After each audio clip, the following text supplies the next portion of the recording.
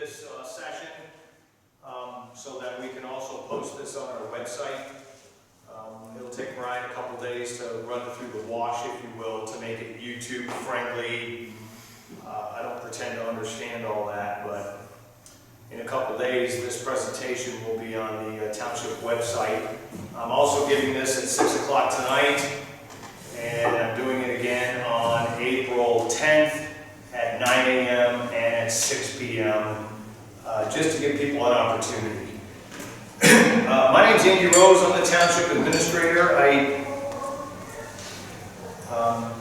Every year when the tax bills come out, we get a lot of phone calls.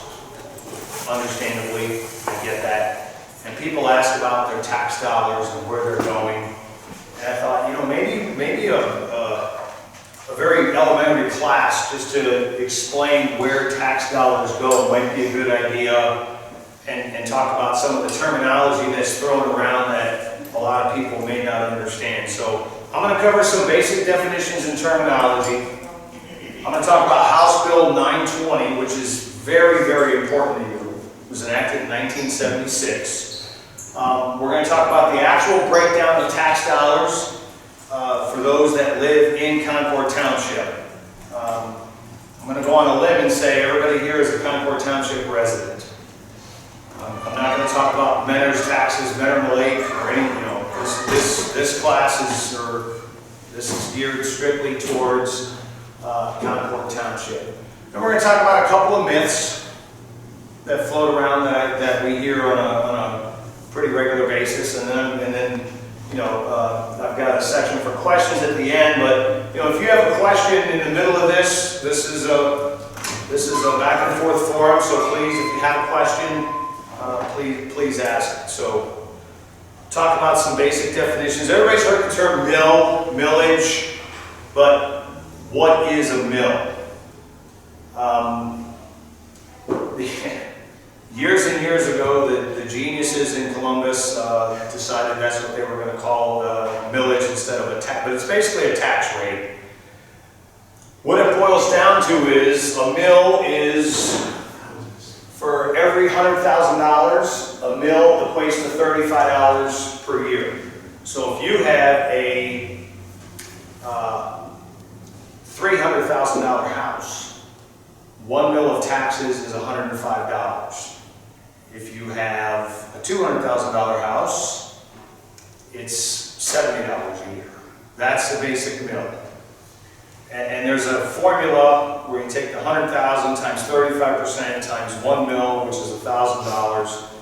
But the bottom line is it boils down to 1 mil is $35 per year per 100,000. That's what the state set that at.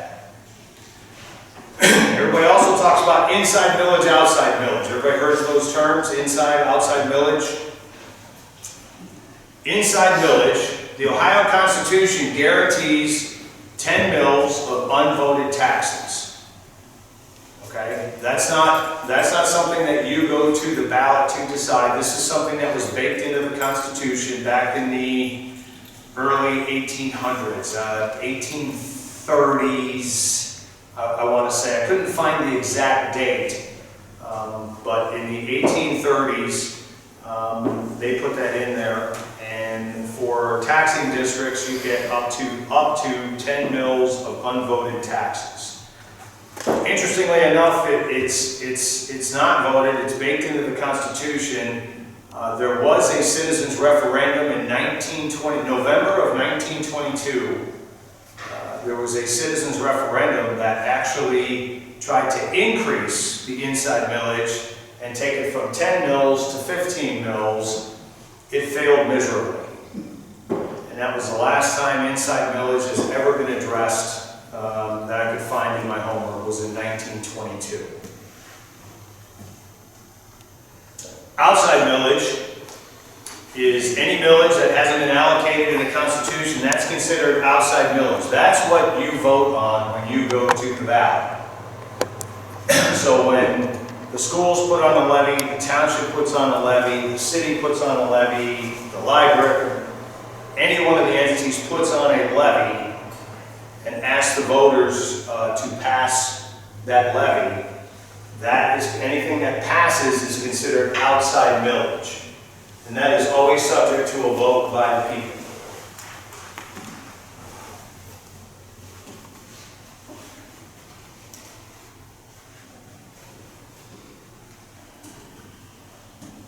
Whoops.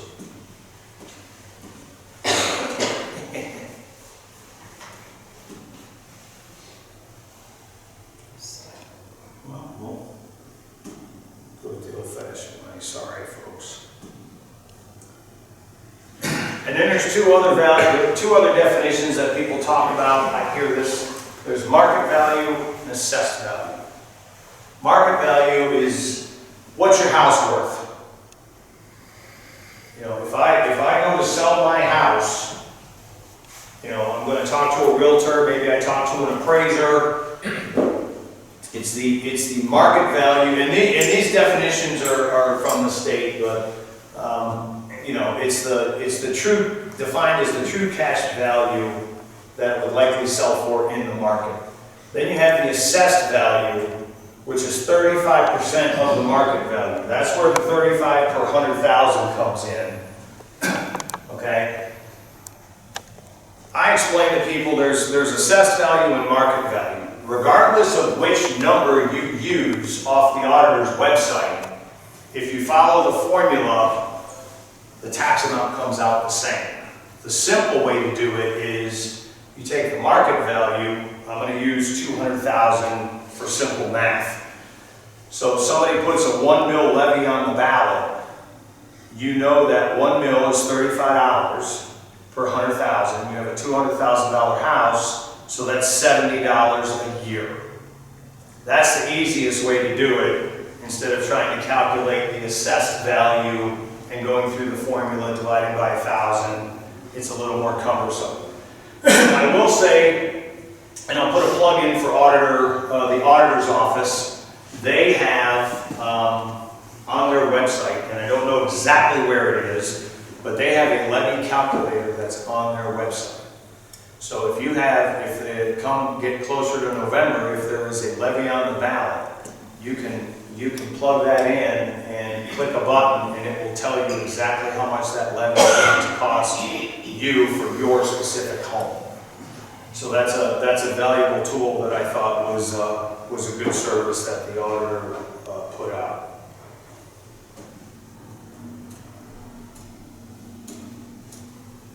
No, there we go.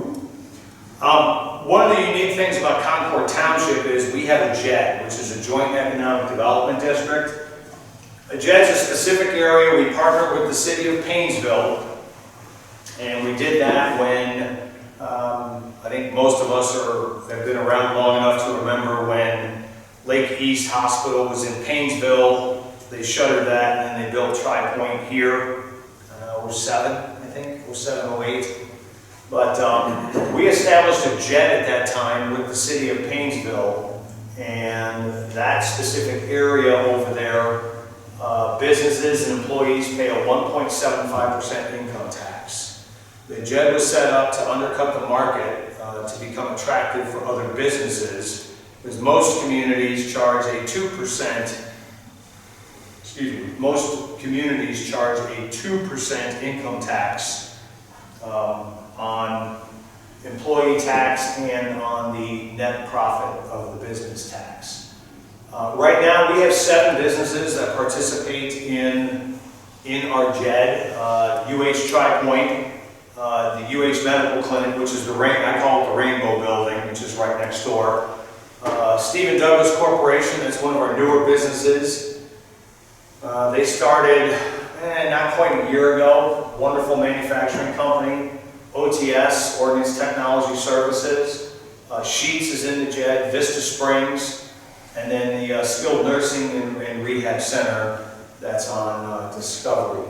A couple more are coming soon. I'm sure you've all seen the construction, Little Mountain Creamery at Cryo, and the Johnny's Car Wash. Those have both voluntarily joined the JED. And then at Hunting Lake and Cryo, where they just cleared some trees, that's Ralph Victor Construction's commercial corner.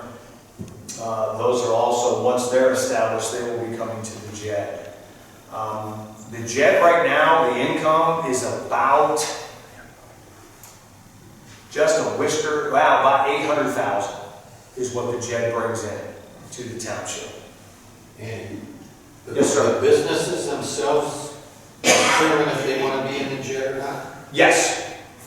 Yeah, there are some vacant parcels that were put into the JED early on in '08 and '09. If a business establishes on that parcel that's already in the JED, then they're automatically put into the JED. But, Sheets, Ordnance Technology, Stephen Douglas Corporation, and these three down here that are coming soon, they all voluntarily, we made a pitch. We sat down, we had meetings with the business owners, and, What do they get out of it, I guess, is my next question. Well, the JED has incentives, up to $10,000 is granted to them to help them with their initial construction costs. If they're a large company, depending on what their payroll is, they can get a CRA, Community Reinvestment Act tax abatement for a period of years, which helps offset their property taxes when they're just starting out as a new company or a relocating company. But in the long run, it's good for Concord Township because once you're in the JED, you stay in the JED. So these are, it looks to me like they're typically new businesses. Yes, sir. Gotcha. Yes, sir. Can an older company get in there? Absolutely. I see. But we have found that a long-established company isn't going to voluntarily give up 1.75% of their net profit. That's what we found. Yes, sir. That's just in the area we call the JED. It's not every business in Concord, is it? Well, the original JED was established, and it's basically the Auburn Cryo commercial corridor that we had, yes. So, two other definitions that I want to cover. There's the sexennial and the triennial update. How many of you have heard of these? Okay, right. We are right now, 2024. We are in a sexennial reevaluation. These are baked into the Ohio Revised Code, and the state mandates that every 6 years, the county auditor's office personally visits every property. That doesn't mean they're coming and knocking on your door. But they drive down the street. I'm sure a lot of you have gotten the questionnaires. Hey, what have you added to your house? Do you have a whole house generator? Do you have a swimming pool? Do you have any accessory buildings and things like that? They do that, and then they update the values of your homes. Later this year, and I don't know what that date will be, but later this year you will get a letter from the county auditor's office that indicates, hey, this is your new property value. This is what we think your house is worth. In the halfway point, they do a triennial update once every 3 years, which is halfway between this. So 2024, so in 2027, they will go through and they will look at sales of real estate, which is taking place in Lake County, in the various communities, and they do some adjustments there. So right now, we're in a sexennial reevaluation, which is going to take place this year, and you will get a letter from the county auditor at some point, probably late summer, early fall, that explains what your new home value will be. And then if you disagree, there's some steps there that you can take with the county auditor. Now this is the important part. House Bill 920. Have anybody heard about House Bill 920? No? Hi Wayne, how are you? Pretty good. Good. Okay. House Bill 920 was passed in 1976 in order to keep outside millage levies from increasing. Prior to 1976, if you passed a 4 mill levy, and well, actually I'll use a 4 mill levy, and let's say it brought in $200,000 at the time it was passed. And then as your housing value went up, the 4.0 mils, you know, it didn't bring in 200,000 of the community, now it brings in 220,000 of the community. Now it brings in it grows, the tax grows with the value of your home. In 1976, anybody know what was happening? Everybody was wearing a win button. Ford came up with whip inflation now. I don't know if anybody remembers that. I remember that because I was reading the paper to my grandfather who had bad eyesight. But, so what they wanted to do was freeze outside millage levies from increasing. So what happens is, and I've got an example here, in November of 2019, community passes a 2.9 mil levy. Okay, the levy generates approximately $2.4 million a year, starting in tax year 2020. Values go up. So now in 2024, because of increased housing prices, that levy that passed for 2.9 mils is actually now effective for collecting in 2.23 mils, because you can't collect more money than what you ask the voters for. So if we put a levy on, if somebody puts a levy on the ballot and says, I need to collect $3 million, and it's going to take, in the calculations, 2 mils to get that money. 10 years from now, or 5 years from now, I can only collect that same amount of money. Regardless of what the millage is, I can only collect that money. So what they do is they lower the millage and it becomes an effective rate instead of a gross rate. And that'll become apparent here in just a few minutes. This is the reason Ohio is one of only a few states that does this. Most states, I would say 45 out of 50, they let the millage ride with the property value. So as the property value increases, the taxes increase with it. It floats. In 2000, and the counter argument is, well, taxes will never go down. Well, the counter argument is in 2008, during the housing crash, when everything deflated, taxes actually did retract in a lot of states and a lot of communities because the values went down.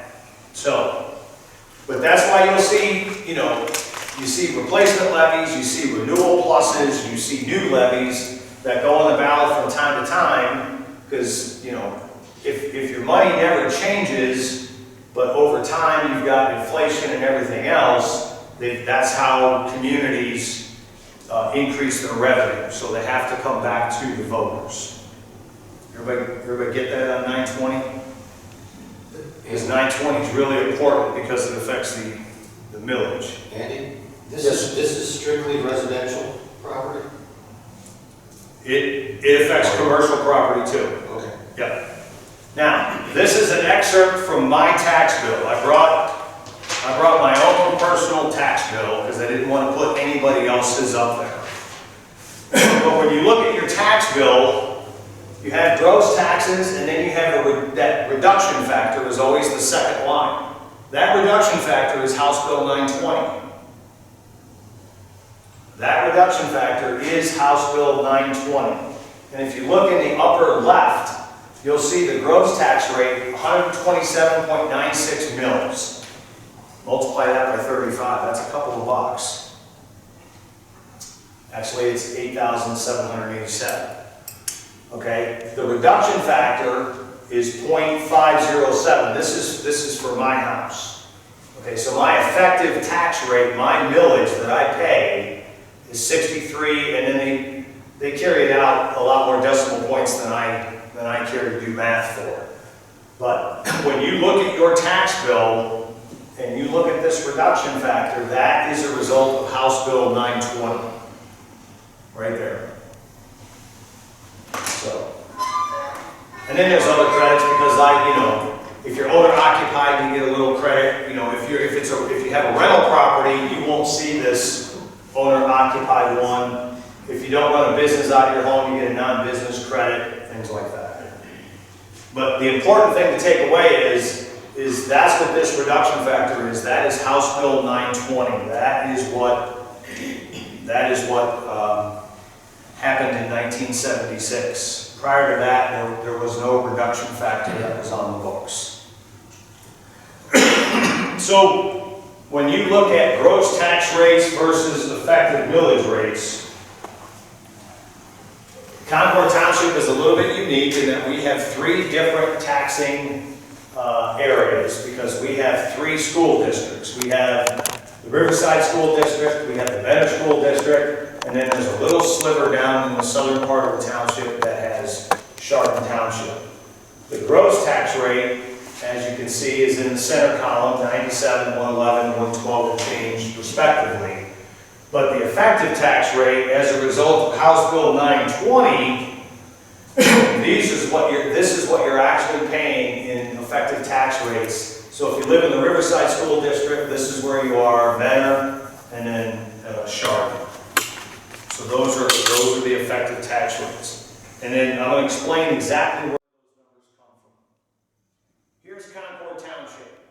This is just what comes to the township. We have 3 mills. Each township gets 3 mills of inside millage. So we dedicate 1.4 to the general fund. That takes care of administration, zoning. It takes care of the community center, all the recreation stuff. We dedicate 1.6 mils to road and bridge fund to repair roads and bridges and things like that.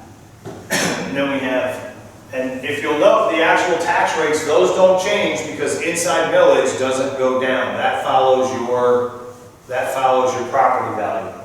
But when you get into the outside ones, we have 4 on the books that are outside millage.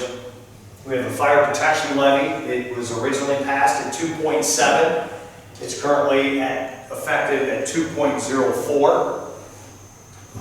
We have a road levy, which is 2 mills. It collects at 1.53.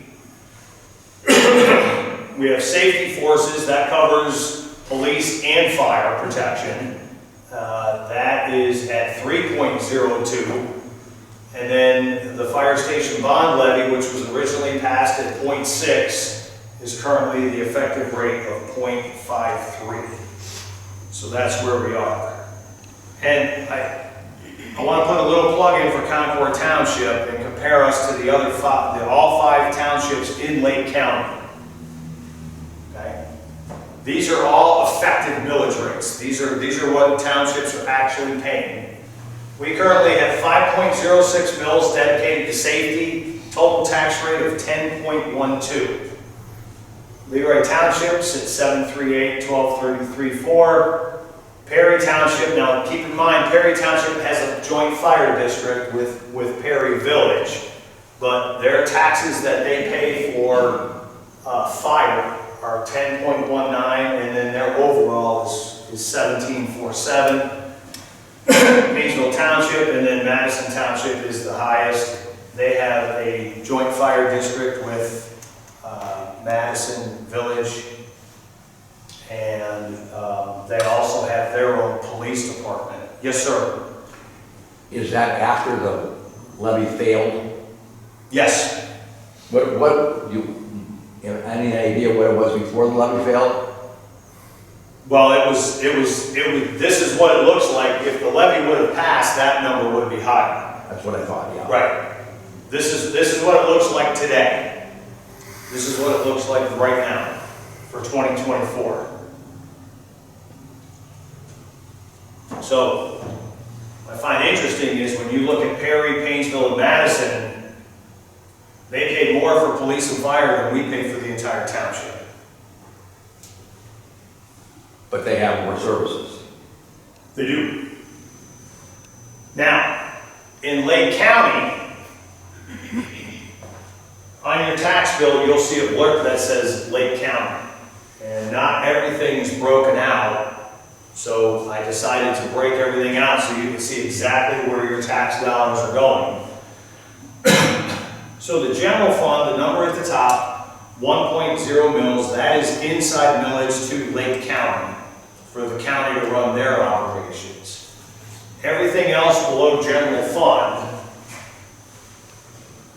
everything else below general fund is outside millage. This is all voted on by the people, except for general fund, that's inside millage, 1 mill.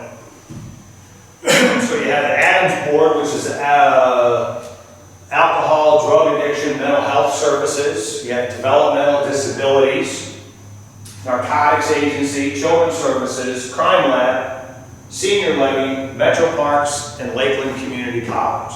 I haven't gotten into the schools yet, they're next. Okay. You can see what the gross tax rate was. This is the numbers when it passed at the ballot on year 1. And then as property values change, more houses get built into a community, that number gets spread amongst the people, and it becomes the effective millage rate or actual tax rate. So you can see Adams went from 1.6 to 1.2. Developmental disabilities is down about 1.5. Narcotics agencies, almost half of what they were voted on originally. Children's services, for crime levy, everything's lower.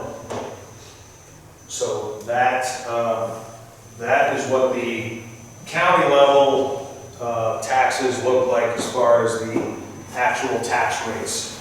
So 12.92 mils.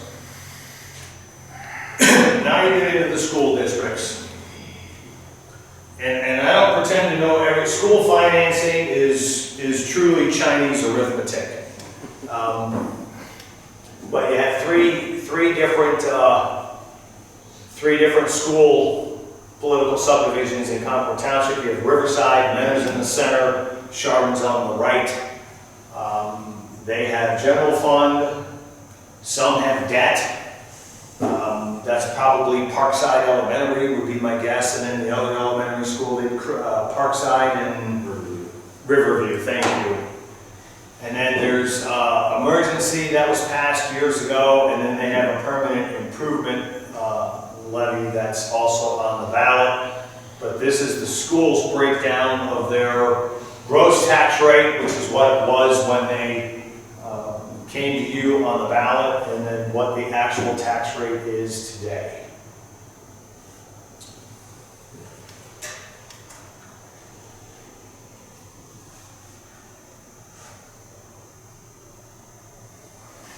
Then you've got a couple of other entities. You've got libraries. You've got Riverside. That's Morley Library for those of us in Concord Township. Then you have the Mentor Public Library, and then you have Chardon's Library. You also have the Joint Vocational School, which is the Auburn Career Center.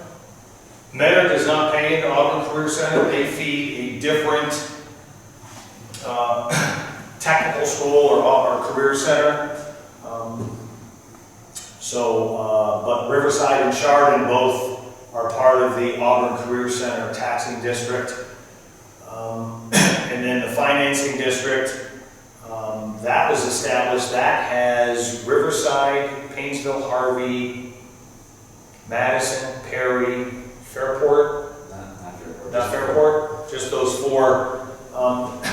I don't pretend to know why that was originally established, but it provides an additional source of income to the school districts, and for us that would be Riverside School District. That's an older levy. As you can see, when it was passed, it was 4.9 mils. It's currently collecting at 1.92. So that's got a very low effective millage rate compared to when it was passed. So,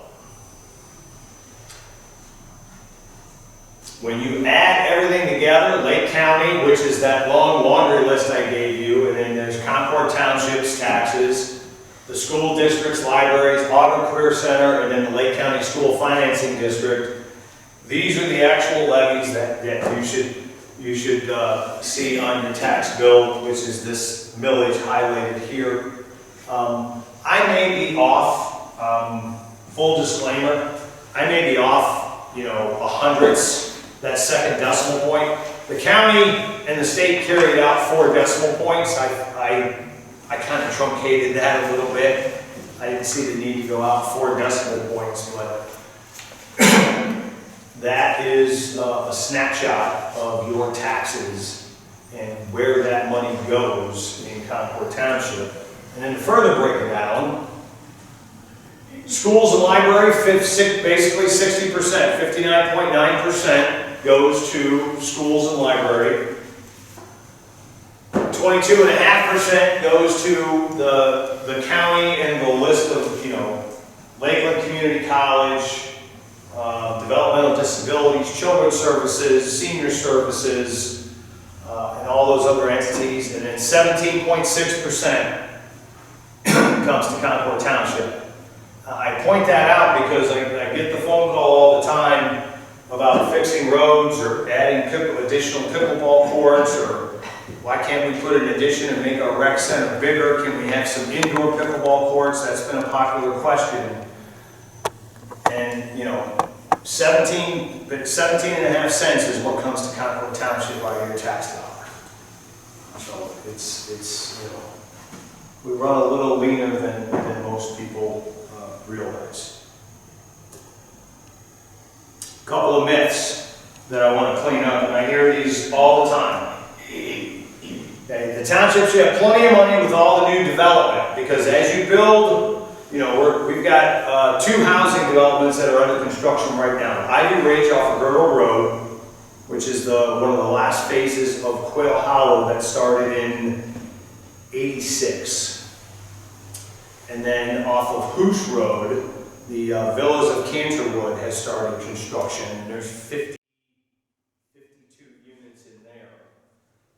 When those are completed and those houses become occupied, sold and occupied, and they go onto the tax rolls, it doesn't bring in an influx of additional money, because what happens is, remember we talked about House Bill 920, we'll use $200,000. I can only collect for this levy $200,000.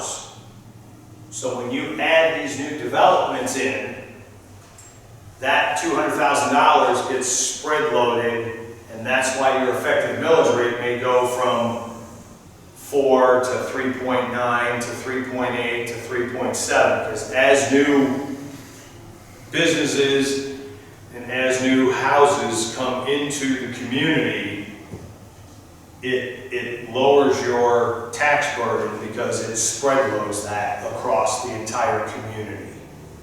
The only time that changes, it doesn't change with a renewal, but if there is a request for an increase, new monies, at that point it would calculate everything, and that's when you would see an increase. Okay? We're getting ready to go through a sexennial reevaluation. You're going to get that letter probably late summer, early fall. That's my understanding out of the auditor's office. My home value is increasing by 15%. Won't my taxes increase by 15%? Actually, no. House Bill 920 provides you that, traveler's insurance umbrella that goes over your house. The only thing that affects is your inside millage. Okay? So I did a quick calculation on 15%. I don't know what the auditor's number is. I've heard 20%, I've heard 30%. I've heard varying numbers. And I don't pretend to speak for Auditor Galloway. He's still, I believe his office is still crunching the numbers. I took 15% and I said, what would an increase of 15%? It comes out to about 2.5 to 3%. It's 2 to 3% increase in your taxes. If your value of your home is reassessed at 15% higher, that equates to about 2 to 3% because it is on the inside millage only. The schools have inside millage, the township has inside millage, and the county has 1 mil of inside millage. That's the only inside millage that we have in our tax bills.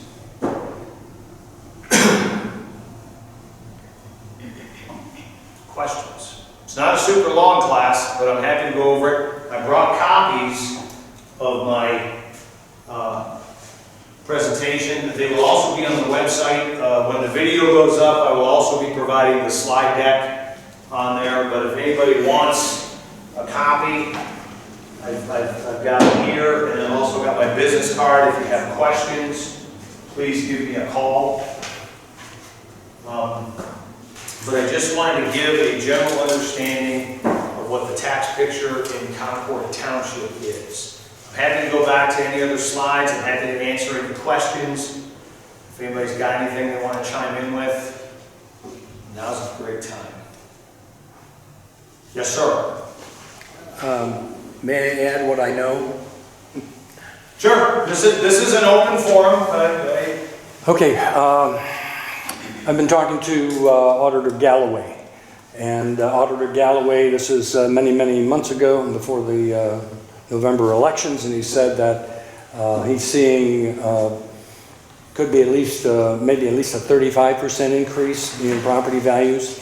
And he suggested for me that I use 30% in my calculation. I've heard the number 30% kicked around. I don't know how, I mean, I'm careful what number I throw out. I understand. I truly understand. I'm not trying to undermine anything that you're saying, Andy, at all. I'm trying to get the truth out to the people. Sure. I think with our Riverside representative there here, with a 30% increase, we have agreed that's going to be about a $3.6 million increase to the Riverside School District without a vote of the taxpayers. You and I had some discussions on what does a 30% increase mean for Concord Township. And I think we agreed that it is at least $600,000 additional revenue to Concord Township without a vote of the taxpayers. That's correct. I have confirmed with the Lake County Commissioners that with this sexennial revaluation and a 30% increase, it will mean $1.8 million increase to the county general fund without a vote of the taxpayers. So, Mr. Platko would confirm that for the Riverside School District, what it will mean for the taxpayers is approximately $93 per $100,000 of valuation. So this is a significant increase, and it's not just, I agree with you, if it's a 30% increase in property values does not necessarily mean a 30% increase in their property taxes. No. But there is what is disconcerting to me is the amount of money that will be sucked out of the community without a vote of the taxpayers. What people really need to understand is what is happening with all of these outside millage without a budget commission. And the budget commission, their role is to be the watchdog for the taxpayers. And what has happened because of a ruling by our prosecutor, Charles Colson, the budget commission is nothing more than a rubber stamp. When these taxing authorities submit their tax budget, all that the Budget Commission do is to say we accept it. And what has happened is the amount of reserves that have been collected. Deepwood, for example, has $65 million in their reserve account. Lake Metro Parks has $30 million. Lake Metro Parks will receive, at a 30% increase, they will receive about $171,000 additional because of the inside millage. They have a 0.1 inside millage. I've asked Paul Palagie to forego that $171,000 and he has declined. So what we are seeing, and I want to make taxpayers aware, this is a money grab. And people have to understand that. Thank you. Mouse. Okay, it's a short class, but I'm happy to answer any questions.